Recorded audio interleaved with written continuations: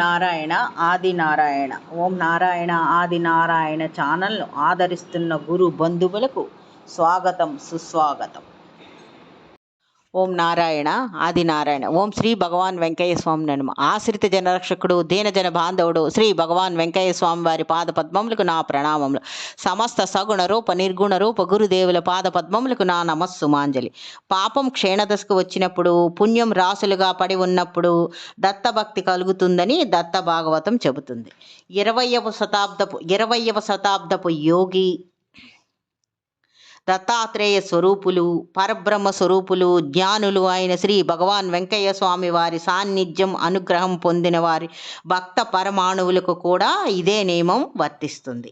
అలా వారి సాన్నిధ్యం పొందిన ధన్యజీవులందరూ శ్రీ భగవాన్ వెంకయ్య స్వామి వారి కృపతో, తమ సాధనతో శ్రీ భగవాన్ వెంకయ్య స్వామి వారి అనుగ్రహం పొందారు అన్నది నిర్విధాంశం. శ్రీ స్వామివారి కృపను, సాన్నిధ్యం పొందిన ధన్యజీవుల్లో మాతాజీ తులసమ్మ గారి సాధన ఇప్పుడు స్మరించుకుందాం. సాధన అంటే ఏమిటో మాతాజీ తులసమ్మ వంటి గురుకృపకు పాత్రులైన వారి జీవితాలను బాగా తరచి చూసినట్లయితే మనకి తెలుస్తుంది. మొదటి సాధనమైన నిష్కామ కర్మ. ఈ నిష్కామ కర్మ ఉంటేనే ముముక్షువులు చేసే జపం, ధ్యానం, భజన, పూజ వగైరా సఫలమవుతాయని శాస్త్రాల సారాంశం. ఈ విషయం తులసమ్మ గారి ఎడల ఎంతో సార్థకమైంది. ఈ మహాతల్లి శ్రీ భగవాన్ వెంకయ్య స్వామి వారి సేవకు అంకితమైన తర్వాత ఈ ముందు చెప్పుకున్న ఈ జపం వగైరా ఏనాడు చేయలేదు. జపం, ధ్యానం, భజన, పూజ మొదలైనవి ఏనాడు చేయలేదు ఆమె. శ్రీ స్వామివారు ఇలా అనేవారు, అమ్మ ఇక వచ్చేది లేదు అని తులసమ్మకు ఆశీర్వాద చీటీ రాసి ప్రసాదించారు కూడా. అంతేకాకుండా ఆమెకు ఇది తెలుసు అని అనేందుకు నిరూపణగా ఈమె తులసమ్మ గారు నిర్యాణమైన 3 నెలలకు ఈమె కోడలికి స్వప్న దర్శనమిచ్చి ఇలా చెప్పారు, నేను మరలా జన్మకు వచ్చేది లేదు, శ్రీ భగవాన్ వెంకయ్య స్వామి వారు మరలా జన్మకు వస్తారని ఆమె కోడలకు స్వప్న దర్శనమిచ్చి చెప్పారు.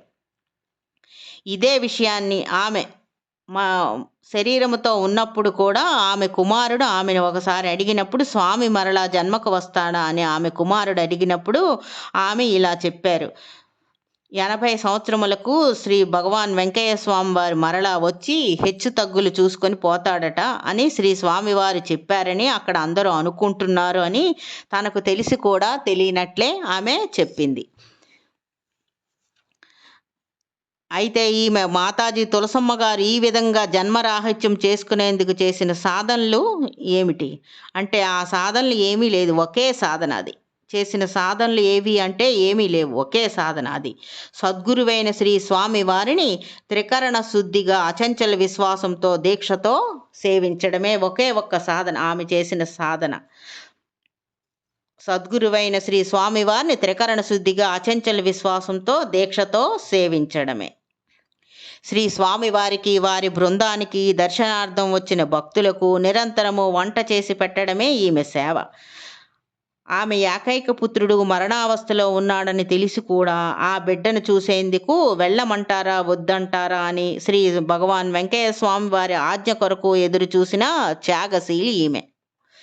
నీవు నీ బిడ్డను చూసేందుకు పోనక్కర్లేదు, ఆయన బాగుంటాడులే అని స్వామివారి చెప్పినప్పుడు సంతోషంగా శ్రీ స్వామివారి సన్నిధిని వీడని భాగ్యశాలి.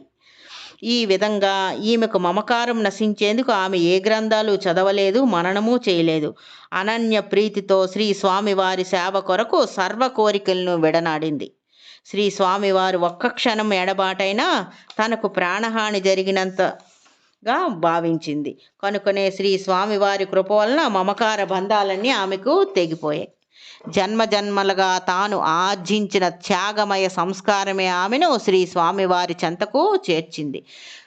ఆమె లక్షాధికారి అయి ఉండి కూడా అందరిలాగా వందల కొద్దీ చీరల పెట్టెలో మగ్గిపోనిక భర్తకు తెలియకుండా అన్ని పేదలకు దానం చేసి 2 చీరలతోనే సాంసారిక జీవితం వెలబుచ్చిన దానకన్నయ్యమే. శ్రీ స్వామివారి సేవకు అంకితమైన తర్వాత ఒకప్పుడు మానహీనంగా ఉన్న ఒక అనాథను చూసినప్పుడు తన చీరలో సగం చీర చించి దానము చేసి మిగిలిన సగం చీరతోనే శరీరాన్ని కప్పి ఉంచుకున్న వైరాగ్యమూర్తి ఈమె. ఇంటి నుంచి బస్తా మిరపకాయలు తెప్పించి రెండవ రోజుకి బస్తా ఖాళీ చేసిన మహాతల్లి ఈమె. కొన్ని చాకలి వాళ్లకు, కొన్ని మంగళ వాళ్లకు, మరికొన్ని పని వాళ్లకు, కొన్ని నిరుపేదలైన యాచకులకు, మిగిలినవి ఆశ్రమంలో పచ్చళ్లకు ఖర్చు చేసి మూడో నాటికే మిరపకాయలు కరువయ్యేవి. అదేమిటి అన్నీ అట్లా ఖర్చు చేస్తాయి ఎట్లా అని అంటే, మనల్ని కనిపెట్టుకుని ఉండే వాళ్ళకి గుప్పెడి మిరపకాయలు కూడా పెట్టకుండా ఎట్లాగయ్యా అని అనేది. ఒకసారి కూరగాయలు దొరకని మంచి వేసవి కాలంలో తోటలో పండాయని ఎవరో 4 సొరకాయలు తెచ్చి ఇచ్చారు. 4 ఒకే రోజు ఆమె కూర చేసేసింది. ఇదేమిటవ్వా, రేపటికి ఒకటైనా ఉంచకూడదా అంటే ఈమె ఇలా అన్నారు. ఉంది కదా, తిన్ని లేవే పాపం, ఆశ తీరా తింటారు. అవి ఇక్కడ ఉంటే ఇంకా ఎవరు మరలా తీసుకుని రారు. ఏమీ లేకుండా ఉంటే శ్రీ స్వామివారే ఎవరో ఒకరి చేత మరలా తెప్పిస్తారు అని అనేది. ఆమె చెప్పింది అక్షరాలా నిజమే అయ్యేది. ఎప్పుడు సాటి జీవులు తృప్తి చెందడమే ఆమె ధ్యేయం. అన్ని జీవుల్లో నేను ఉన్నాను అని స్వామివారు చెప్పారు కదా. శ్రీ మాతాజీ తులసమ్మ గారికి గల మరొక ముఖ్యమైన దైవీ సంపద లక్షణం నిష్కపటం. కొత్తగా స్వామివారి దర్శనార్థం వచ్చిన వారికి శ్రీ స్వామివారికి అతి సమీపంలో కూర్చోవాలని, వారిని తాకి నమస్కరించుకోవాలని ఉంటుంది కదా. దాన్ని శ్రీ స్వామివారు అంగీకరించరు. కనుక ఈమె వారిని శ్రీ స్వామివారికి దగ్గరగా పోవద్దని అరిచి తగులాడేది.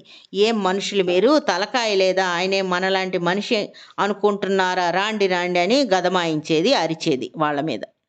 10 నిమిషాల తర్వాత ఆ భక్తులు ఆమె కంట పడ్డారంటే ఇందాక ఆమె అరిచి కసిరి కొట్టిన విషయం జరగనట్లు తానే వారితో ఆమె మాట్లాడేది. వారికి ఏం కూర ఇష్టమో అడిగి తెలుసుకుని వారికి తృప్తిగా ఆమె భోజనం పెట్టేది.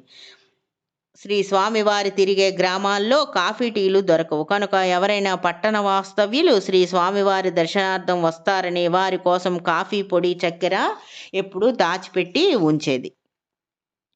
సోమరితనాన్ని చూసినప్పుడు పిచ్చి కోపం తెచ్చుకునేది. శ్రీ స్వామివారి సేవకుల్లో కొందరు వంతులు పెట్టుకొని పని ఎగ్గొట్టేవారు కూడా ఉండేవారు. వారిని నిర్మోహమాటంగా చీవాట్లు పెట్టి దండుగ తిండి తింటే శ్రీ స్వామివారికి బాకీ పడతారని నిక్కచ్చిగా వారితో చెప్పేది. ఆ సోమరిపోతే మధ్యాహ్నం అన్నానికి వస్తే ఆయన కోరింది ప్రేమతో తృప్తిగా పెట్టేది. ఆ భక్తుడు పెట్టినా తిట్టినా అమ్మకు అమ్మే అని చేతులెత్తి నమస్కరించేవాడు. ఇట్టి సద్గుణములతో నిరంతరము శ్రీ స్వామివారి సేవే తన ధ్యేయంగా శ్రమించింది కనుక ఏ సాధనలు చెయ్యకున్న శ్రీ స్వామివారు ఇలా చెప్పేవారు, అమ్మ ఇక వచ్చేది లేదు అని సెలవిచ్చారు. కనుక మనము అమ్మ జీవితం నుంచి నేర్చుకోవలసింది ఎంతైనా ఉంది. ఓం నారాయణ. ఆది నారాయణ.